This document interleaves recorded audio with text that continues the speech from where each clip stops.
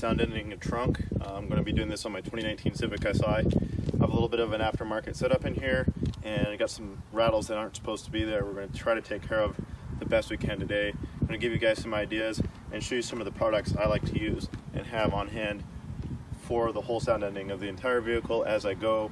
Today we're going to focus on the trunk and maybe make some future videos depending on if you guys like this. So let's go through some of the products I'm going to be using. We're basically trying to cut down the noise of rattles and things when the woofers play, and even just when you close your trunk.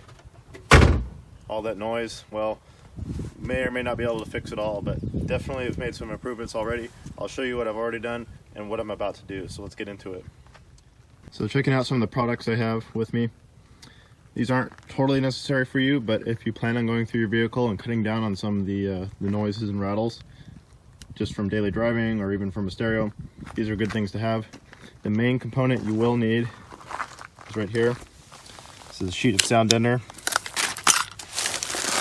Mine happens to be from skyhighcardio.com. I also sell DC audio sound deadener. You can contact me on my website, JeepAndBass.com. Get some of that. It's essentially the same product, different look, but does the same thing. So we'll show you exactly what this stuff is. So here's the material. It's essentially just aluminum backed by butyl, and sometimes it's different qualities of butyl and material for adhesion. Basically, the thicker it is, the more it's going to do based on the size of the sheet. And essentially its job is to add mass and weight to metal panels when you attach it. And basically that lowers the resonance of the piece of metal and prevents rattles a little better. And also it helps separate pieces like plastic trims from the metal so that the plastic isn't touching the metal. So it serves a few different purposes that way. And definitely want to get higher quality deadener, so you don't want to go to Home Depot and use like peel and stick. Definitely isn't going to stick the way it should. It's not what it's designed for. And on top of that, I tell people all the time, it doesn't have the mass that these aftermarket style deadeners do, which is the whole point. The mass is what you want. So that's basically the weight of the deadener on the panel makes the panel not resonate. And basically the resonance is what you hear as far as the rattle goes. So don't be using that. Some other optional stuff, definitely nice to have in your arsenal, especially when I'm working on like the rear package tray or just places with panels. Some weather strippings, some foams. These can be found locally. Just stuff you can put in between plastics. Some double-sided tape if you want to stick anything down. Same with double-sided, like rubber, foam adhesive. You're gonna need some alcohol for cleaning. It's nice to have gloves, some towels for cleaning, closed cell foam. You can get a roll of this on Amazon. I'll put all the links in the description. But this is nice for putting between plastic pieces as well. And then one of my favorites, this definitely goes a long way. This is Tessa tape. If you never heard of it, I was just checking it out. It's basically an electrical tape that's made more of like a felt. And I definitely would prefer this over any electrical tape I've ever used.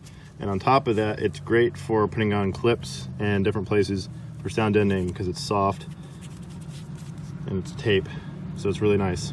The last things you'll probably want to have: razor knife with a good blade in it, measuring tape if you want to cut these sheets out to a specific size. You definitely want to have a nice roller so you can apply the material correctly. And then even just a simple panel popper. You could have a whole set of panel poppers that helps even more. I only need this one for today's install. So that's the maximum amount of things you probably end up needing.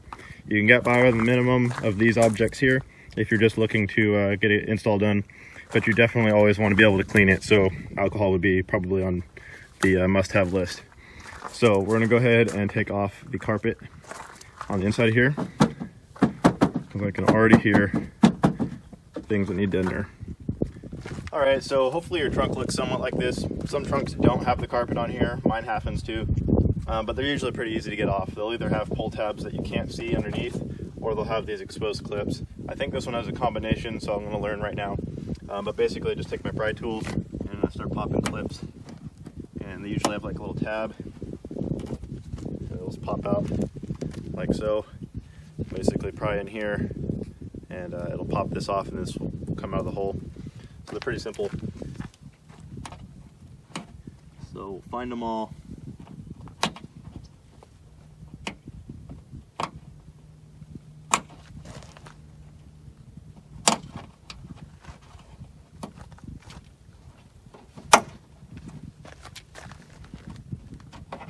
Alright, so we got this down. You can see it's just a real simple carpet. There's not much you can do with this. It's already pretty deadened as it is based on its material. So we'll just go ahead and set it aside somewhere out of the way. So now we're looking at the back side of the trunk. Honda makes an attempt to sound deaden things with foam. As you can see, these trunk latches and wirings have some foam on them, which helps. So we might add to that, we'll see. But you can definitely see a lot of metal. You can hear its noises. Just really metallic sounding, hollow. So we're going to basically just put a nice cover on this. Some of the main things to avoid are covering up the holes where you just pulled out the tabs for the carpet. So you don't want to cover those with Deadener.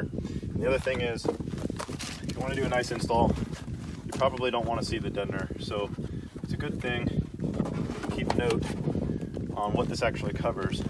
So it looks like it goes out to this ridge here. So I figure when I deaden, I want to just keep on the inside of this ridge all the way around.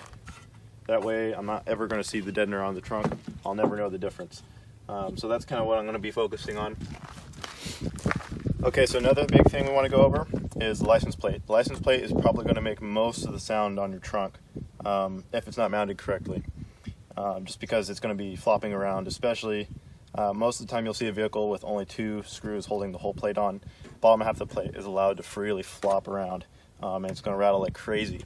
So what I suggest was adding all 4 screws. If your plate doesn't have holes on the bottom, your cover here, you can always drill or get a different plate.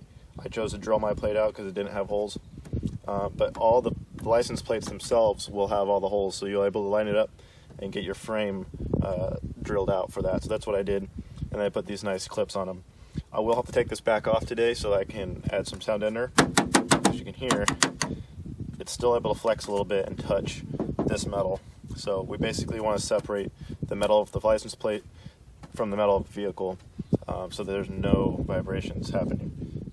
So before you start doing anything, it's a good idea to get your sheet of material and just lay it out in the sun. Hopefully you're in warmer weather and you can do this. It's a little cool today, but I got some sunlight. Basically, you just want to warm up the pad just a little bit so it's a little easier to work with and it sticks better. So basically, the number one thing that people fail to do is clean the surface appropriately. If you have good deadener, you are in good shape. Usually it's going to stick a lot better than cheap stuff. But regardless of the brand, especially if it's cheap, you want to clean the surface well. So what I normally do is just get these, these car automotive style shop towels and some alcohol, and just kind of get wet here, let it soak, hopefully not drip. All right, you're basically just going to wipe all metal surfaces down really well. This is a brand new vehicle, so it's not going to have a lot of dirt on it.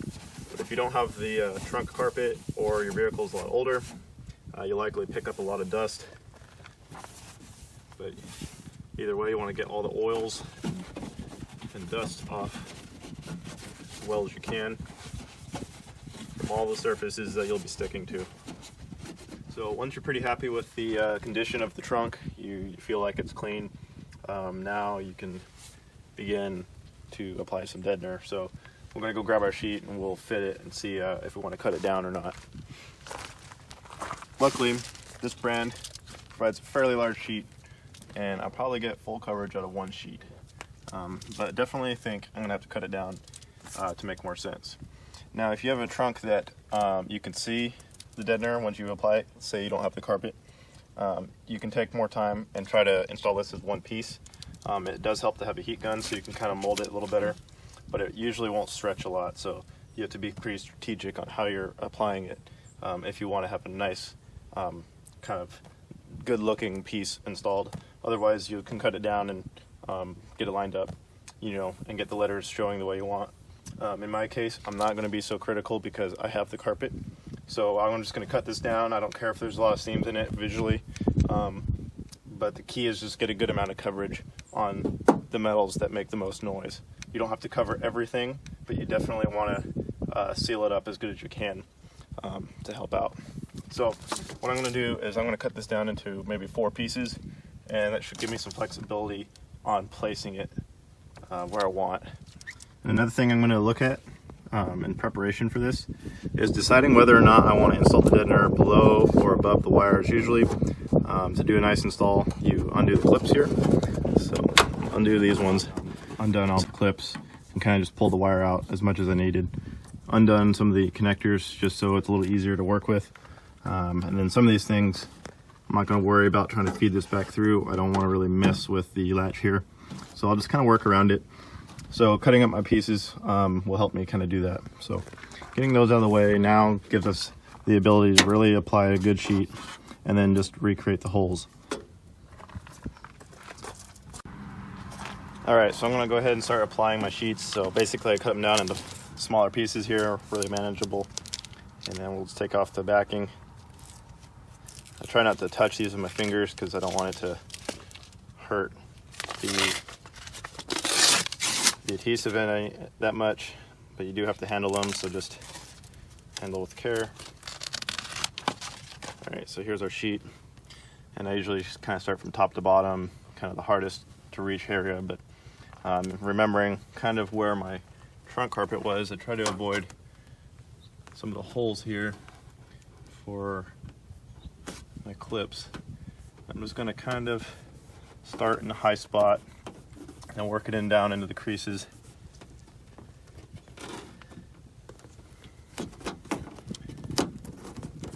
Probably get it around some of my wires if I can. This one has to poke back through the holes, so sometimes you have to make a relief cut to get around a wire, so try not to hurt your wiring wire.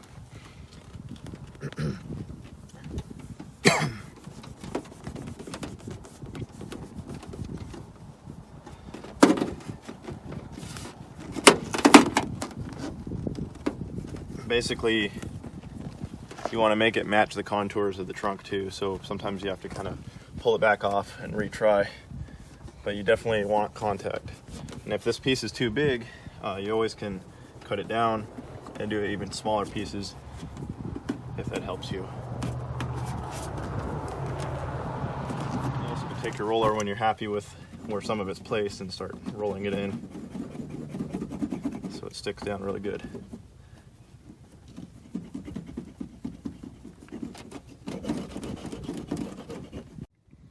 Alright, so I am done with my portion of the deadener.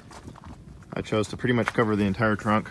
My goal was to try to seal it off from the outside as much as possible. So I went for near 100% coverage. Looks pretty good to me. I'm happy with it. Everything should fit on good because I made sure all my holes were exposed. So the final step for addressing all the rattles in here is going to be the wires. So for the final touch here, we're kind of wrapping some of these bigger, looser areas of the wiring harness with the closed cell foam and the Tessa tape, just so it's cushioned, it's not rattling as much. Some of the shorter pieces, I don't think they're gonna do as much, so definitely just use your best judgment on that. The other thing is some of these clips, when they go in, they're a little loose. So you can also take the Tessa tape and wrap the clip just like so, and then when you go to install it, it's a lot tighter in the hole. So hopefully these clips won't be rattling anymore. So just some of the little tips for getting this all set up. Pretty happy with the coverage, and definitely has a lot less sound than before. So we'll go on to the last thing I'm going to do is put the back carpet back on, and then we're going to go address the license plate and then go listen to it and see how much rattle we have left. Alright, so now with the trunk carpet back on, looking factory, making sure that everything you did didn't get in the way of re-putting your fasteners or anything to do with the trunk. Now we can move on to the very last step, license plate. So we're going to pop this guy off. I am using all 4 screws. That is the biggest key to this. I'll go ahead and start taking this apart. Alright, so the back side of my plate is deadened. Sounds much less like metal. Then we also put some Tessa tape on the back side of the trim piece here. So we'll go install the plate.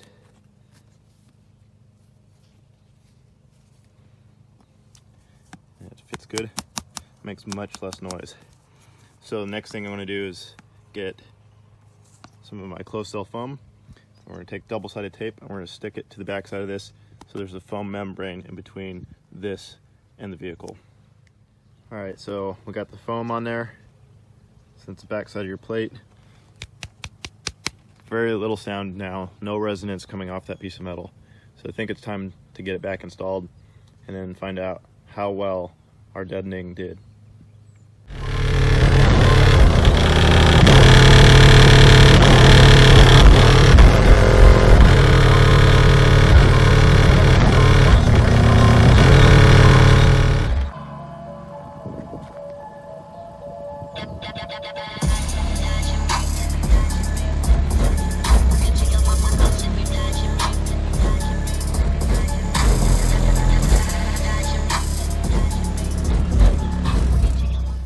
Alright, so what are the results? Well, it's definitely a lot louder in the vehicle. We're keeping a lot more of that sound focused inside the vehicle than letting it all out. Definitely sounds nicer. On the outside of the vehicle, we are quite a bit quieter. I don't know how well the camera picks that up. It does still seem a little bit loud on camera, but in real life, it's about half of what it was. Significant cutback. I mean, this is a fairly loud setup, so I'm really never going to be able to get all the rattles gone completely. So that's just a fact of reality, but definitely reduced it big time. I'm not embarrassed going down the street anymore. It's definitely a lot more reasonable, especially at lower volume levels. That video was like full blast, as much as it will go. So definitely like closer to a listening volume when you're daily driving. No rattles are going to be coming out of that thing.